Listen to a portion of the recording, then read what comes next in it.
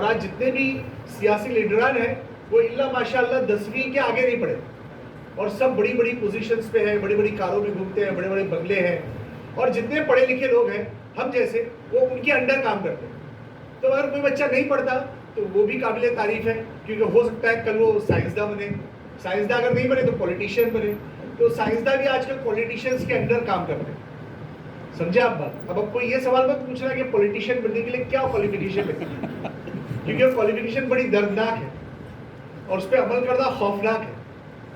ठीक है, अब चूंकि हम लोग माइनॉरिटी से बिलोंग करते हैं इस मुल्क में, तो हमारे लिए करियर का इंतखाब बहुत अहम है। जहाँ हमारे अफराद 50 साल पहले सब्जियाँ बेचा करते थे, रिक्शा चलाते थे, गोश्त काटते थे, दर्जी थे और दूसरे ऐसे काम करते थे, वो भी स्किल प्रोफेशन थे।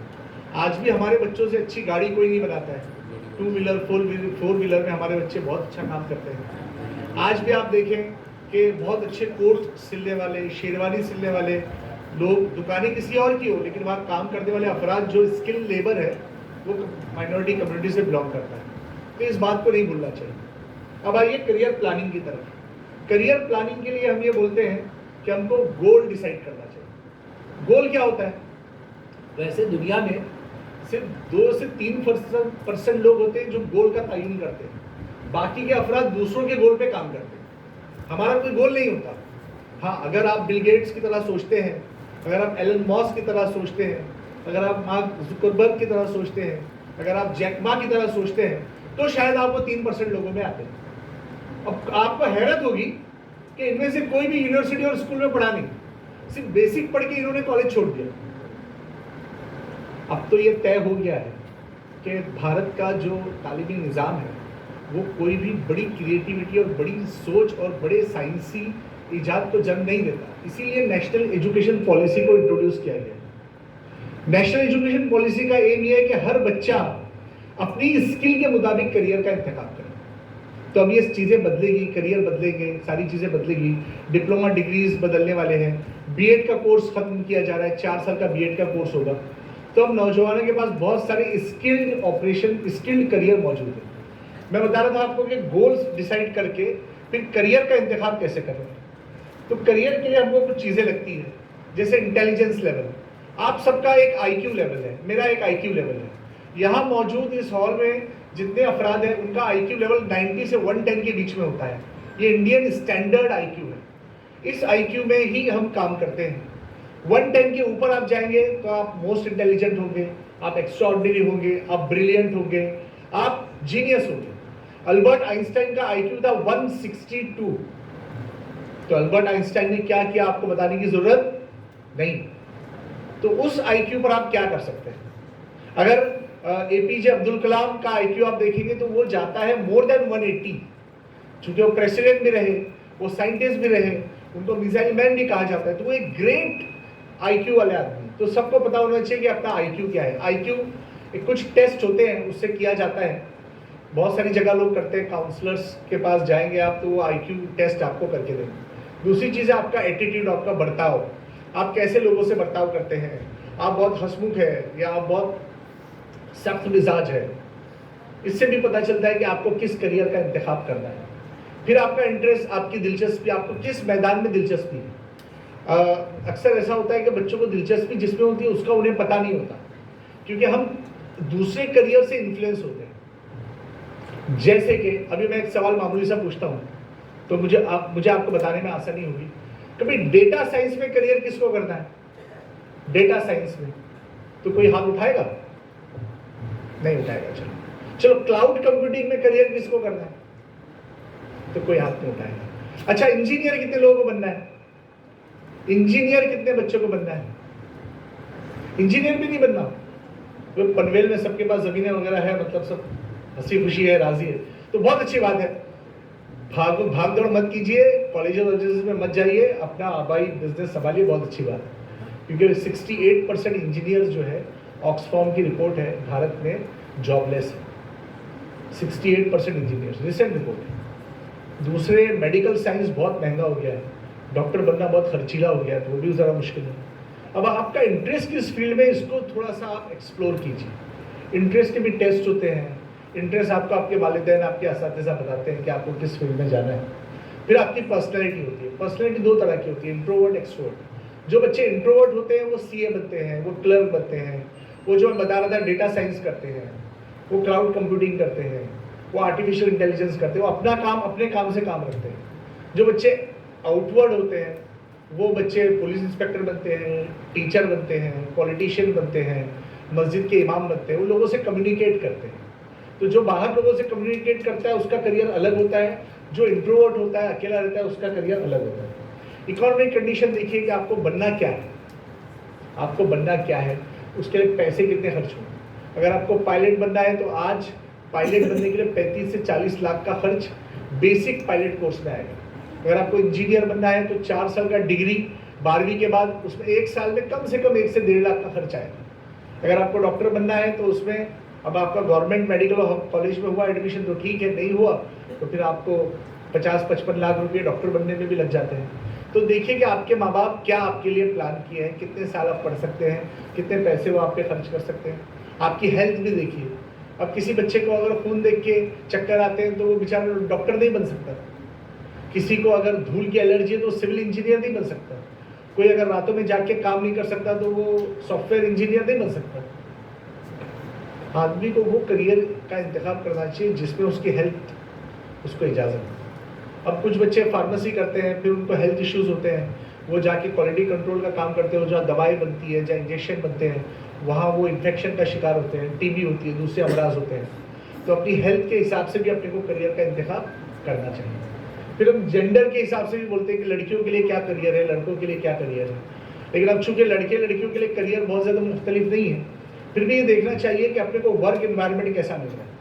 अगर कोई लड़की ऐसे एनवायरनमेंट में काम करती है जहाँ सिर्फ मर्द ही मर्द है तो वहाँ वो कंफर्टेबल फील नहीं करती। या कोई लड़का ऐसे एनवायरनमेंट में काम करता है जहाँ सारी लड़कियाँ हैं तो उसकी पर्सनैलिटी में उससे चेंजेस आते हैं, साइंटिफिक चेंजेस आते हैं। तो इन चीज़ों को मलहूज रख के करियर का इंतखाब करना चाहिए और अपने बारे में ये सोचना चाहिए कि हम क्या कर सकते हैं। हम वाइट कॉलर जॉब करेंगे या ब्लू कॉलर जॉब करेंगे। वाइट कॉलर जॉब का मतलब है ऐसा जॉब जो एसी में बैठ के किया जाए, और ब्लू कॉलर जॉब का मतलब है ऐसा जॉब जो मेहनत और मशक्क़त करके किया जाए।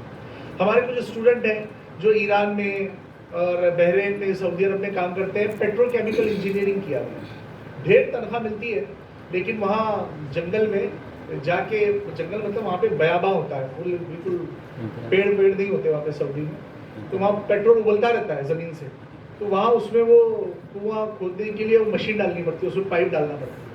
तो अभी 10 साल पहले तक तो ये लोग फिजिकली ये सारे काम करते थे, अब मशीनें आई है, फिर भी उस हीट में खड़ा होना होता है।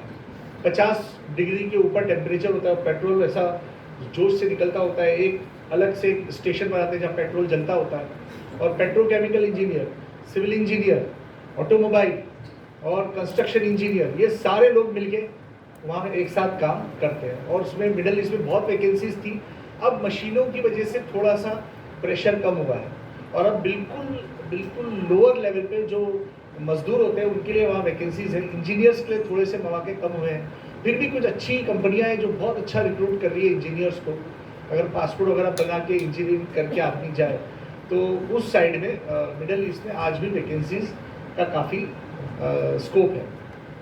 जेंडर और वर्क एनवायरनमेंट ये इसलिए इम्पॉर्टेंट है कि जब आप कोर्स करते हैं तो आपको पता नहीं होता कि कोर्स आप क्यों कर रहे हैं और उसमें आपको क्या काम करना है, जिसकी वजह से कोर्स करने के बाद आप बहुत सारी तकलीफ़ों में मुब्तला हो जाते हैं।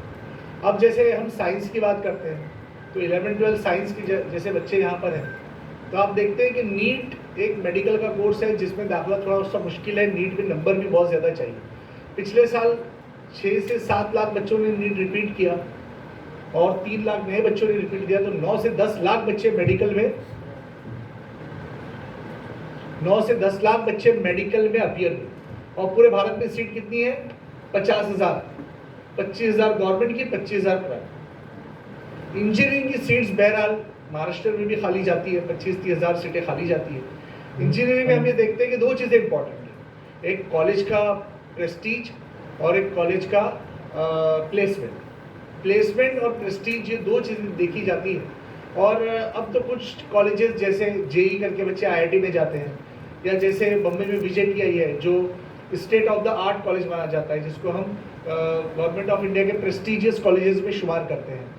इंजीनियरिंग के वो कॉलेज छोड़े तो उसके बाद जितने भी कॉलेज है वहाँ प्लेसमेंट को देखा जाता है, वहाँ पर प्रोफेसर्स वगैरह और कॉलेज की फैसिलिटीज़, कॉलेज में मौजूद इंफ्रास्ट्रक्चर, उसमें किए हुए मतलब ग्रुप वर्क या ये सारी चीज़ें देखी जाती है।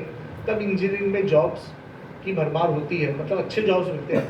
आजकल जो 4-5 फील्ड जिसमें इंजीनियरिंग में बहुत बच्चे जा रहे हैं, उसमें से आप खाली नाम सुन लीजिए अगर आपने सुना नहीं होगा तो।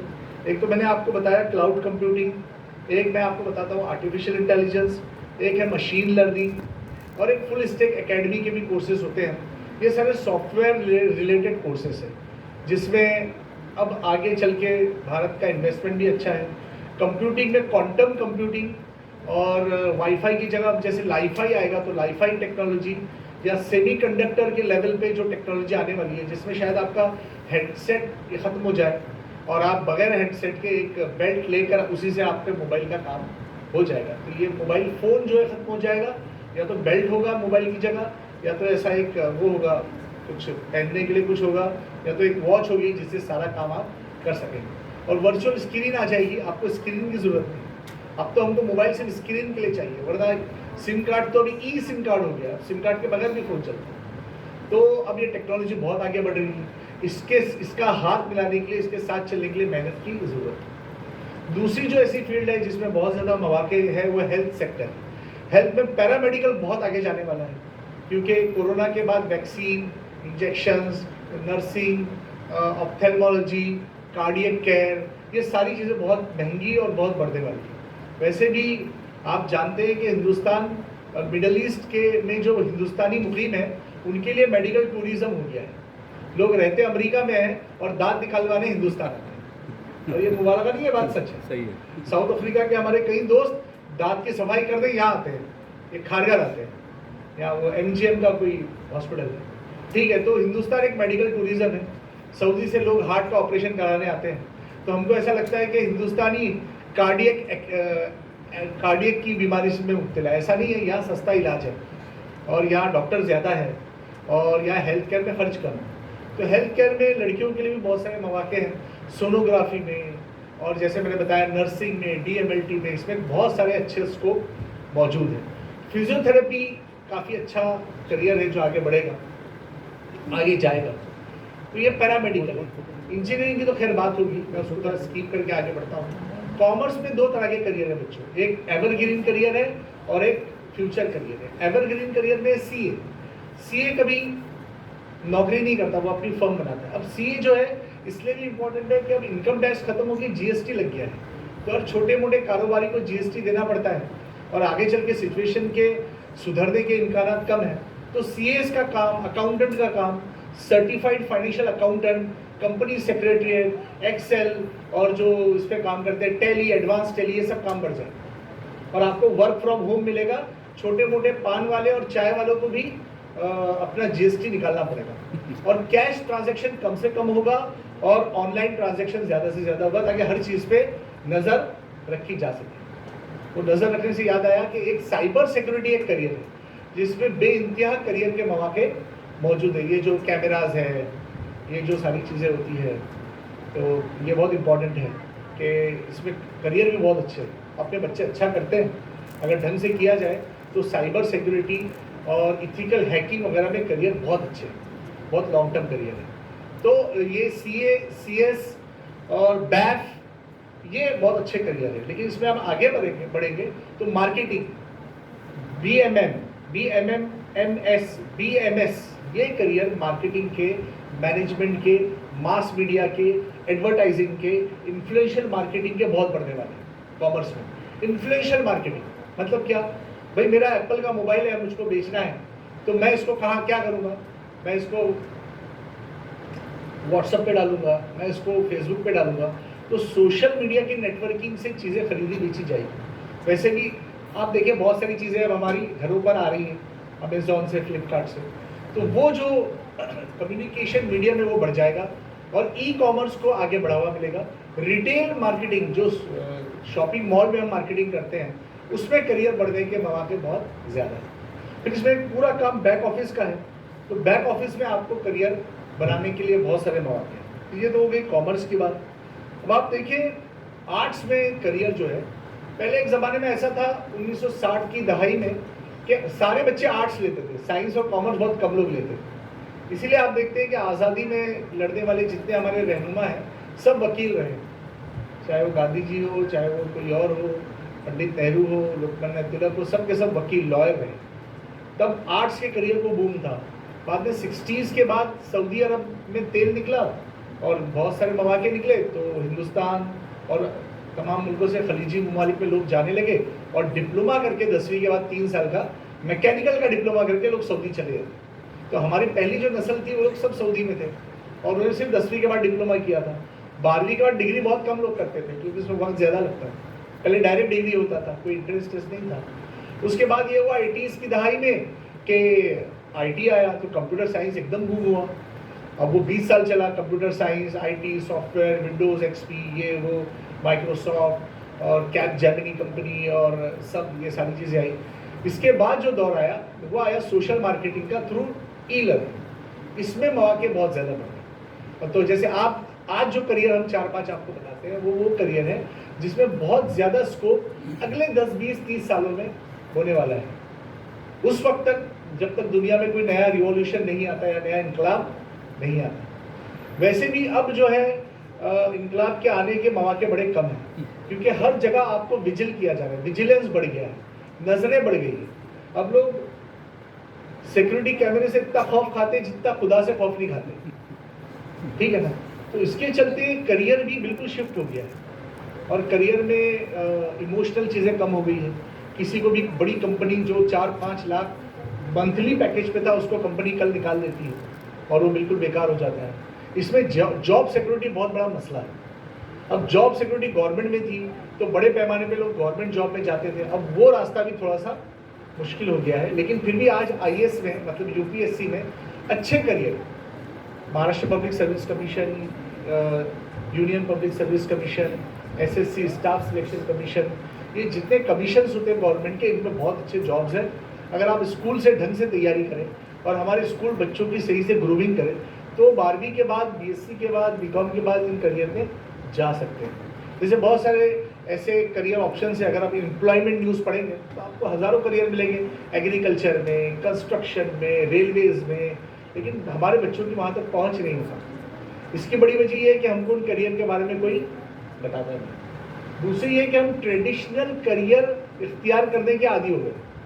हमारे ख़ानदान वाले जो करियर कर रहे हैं हम भी उसी में करियर कर रहे हैं। बहुत इल्ला माशाल्लाह लोग माइग्रेट करते हैं, कुछ बड़ा करते हैं, कुछ आगे करते हैं, लेकिन करते नौकरी है। तो अब चूँकि ये बहुत हो गया, मैंने कई जगह पे ये स्पीच भी दी कि यहाँ जॉब है, यहाँ वैकेंसी है। अब मैं कहता हूँ कि नौकरियाँ तो है, लेकिन अगर कोई एंटरप्रेन्योर बनना चाहता है तो वो ज़्यादा अच्छा ऑप्शन उसके लिए है। एक छोटा मोटा ही सही बिजनेस करें आदमी और अब एक इनकम पे रिलाय ना करें। अब जो है लोग बड़े बड़े ऑफिसों में बैठे हैं और ऑफिस के बाद 2 घंटा ट्रेडिंग भी करते हैं, शेयर मार्केट में भी कुछ करते हैं। बहुत सारी ऐसी कंपनियां आई है जो शरिया कंप्लायंस कंपनियां हैं। मतलब आपको हैरत होगी कि बजाज और रिलायंस भी शरिया इंडेक्स के हिसाब से काम करती है। उनको भी लगता है कि मुसलमान बहुत बड़ा मार्केट है क्योंकि मुसलमानों का बहुत ज़्यादा पैसा आउट ऑफ इंडिया जाता है, वहाँ पर वो लोग इन्वेस्ट करते हैं। तो भारत सरकार चाहती है कि मुसलमान यहाँ इन्वेस्ट करें, लेकिन यहाँ इन्वेस्ट करने में ख़तरा ये कि पैसे डूब जाते हैं या नुकसान हो जाता है या रिटर्न नहीं मिलता। तो ऐसी बड़ी कंपनियाँ जो नस्दक चलाती है, जो ट्रेड मार्केटिंग करती है, जो शेयर मार्केट में है, वो शरिया इंडेक्स चलाती है। और अगर आप कुछ वेबसाइट पे जाएंगे तो आपको बताएंगे कि कहाँ पर शरीयत के मुताबिक इन्वेस्टमेंट कर सकते हैं और कहाँ पे नहीं कर सकते। तो वो भी बहुत अच्छा है और वो कोई मुसलमान नहीं है लेकिन उनका रिसर्च बहुत अच्छा है। हमारे कुछ दोस्त भी ये सारे काम करते हैं। तासीस एक कंपनी है, हमारे दोस्त उसके ओनर है, वो बेचारे वही काम करते हैं कई सालों से। दूसरे और 2 फील्ड है इसमें जिसमें करियर बहुत आगे जाएगा। एक है लॉ 12th के बाद भी होता है, लॉ ग्रेजुएशन के बाद भी होता है। 12th के बाद 5 साल का है, ग्रेजुएशन के बाद 3 साल का है। आने वाले दिनों में हुकूमत कोई भी बने, आपने वोट किसी को दिया हो, लॉ में करियर बहुत इम्पॉर्टेंट है। अगर हमारे बच्चे लॉ में करियर बनाएंगे तो ये जितनी भी इरेगुलरिटीज़ है कंस्ट्रक्शन में, जैसे कि हम सब परेशान हैं कि भाई बिल्डर आया, ये खा गया, वो खा गया, या ट्रांसपोर्ट है या हमारे बिजनेस के बारे में कुछ चीज़ें हैं, तो उसको अच्छा लॉयर डील कर सकता है। अच्छा हो गया, और अच्छे जज भी मौजूद है जो इंसाफ पसंद है, जो काम करते हैं। ऐसा नहीं कि पूरी जुडिशरी खराब है, ऐसा कुछ भी नहीं है। अच्छे लोग भी हर जगह होते हैं, और अच्छे लोग ज़्यादा हैं हिंदुस्तान में, अच्छे लोग ज़्यादा है। वैसे भी हिंदुस्तान एक ऐसा मुल्क है जहाँ नफरत बहुत दिनों तक चल नहीं सकती। हम लोग मोहब्बत करने वाले लोग हैं, और यहाँ के लोग बहुत मोहब्बती हैं। सिर्फ आप देखिए, किसी दोस्त को किसी दिन खाने पे बुलाइए तो माशाल्लाह कोई मसला नहीं है। हम लोग तो तजुर्बा करते हैं, अगर आपने इक्वालिटी का मुजाहरा किया, बराबरी के हुकूक दिए और खाना खिलाया, तो बहुत पॉजिटिव रिजल्ट इसके होते हैं। दूसरा एक बहुत बड़ा करियर क्लिनिकल साइकोलॉजी में बहुत स्कोप है। इसकी वजह यह है कि मोबाइल का इस्तेमाल बहुत बढ़ गया है, और हम 12-12 घंटे मोबाइल पे मौजूद रहते हैं, और हमेशा सोशल मीडिया पे ऑनलाइन रहते हैं। इससे डिप्रेशन में बच्चा जाता है, इससे एंजाइटी बढ़ती है, और मोबाइल के नुकसानात का अभी पूरा अंदाज़ा नहीं हुआ कि मोबाइल एक आध जनरेशन को ख़त्म करेगा, तब इसको समझ में आएगा। तो अब बड़ी बड़ी कंपनियां सोच रही है कि मोबाइल का इस्तेमाल कैसे कम से कम तक किया जाए।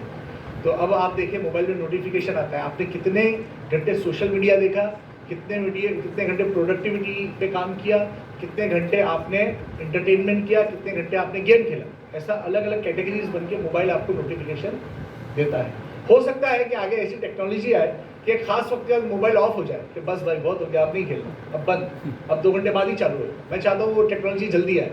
मतलब एक बच्चा मोबाइल खेल रहा है, 2 घंटे हो गए, माँ बोलती देता कि नहीं देता, तो बोलता नहीं देता। जाओ खाना खाएगा, बोलता नहीं। पानी पिएगा, बोलता नहीं। तो कोई ऐसी टेक्नोलॉजी आए कि मोबाइल खुद का खुद बंद हो जाए कि अब 2 घंटे बाद ही खुलेगा। और मैं तो चाहता हूँ कि 11 बजे रात में मोबाइल बंद हो जाए और सुबह फजर के बाद ही खुले, ताकि रात में जो फ्री में जो डेटा मिलता है ना, याद रखिए कोई भी चीज़ फ्री नहीं है।